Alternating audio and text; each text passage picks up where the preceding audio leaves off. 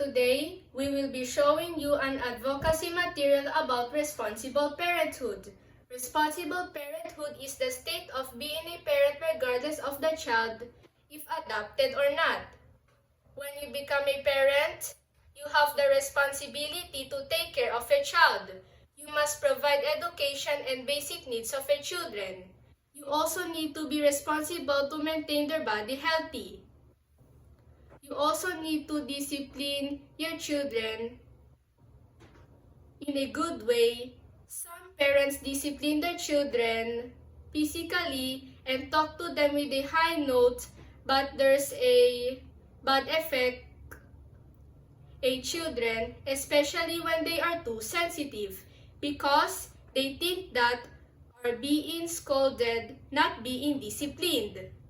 Listen to your child's feelings and ask them kindly rather than getting angry. Parents should not tell their children when they're doing is wrong. Instead, you should make them understand what did they do wrong in that way. They can analyze what are the things they must do. A child behavior begins at home, it is true, because parents are the first people the child needs. So parents are the one who teach their children how to be a good citizen.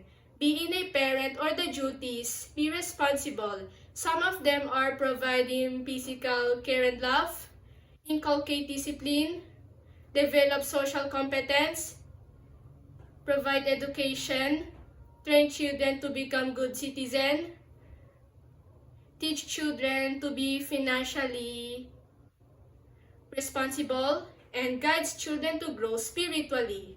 Parenting is a lifetime job and does not stop when a child grows up, so be a responsible parent. And be an example to everybody. Do your duties, be responsible, be a responsible parent.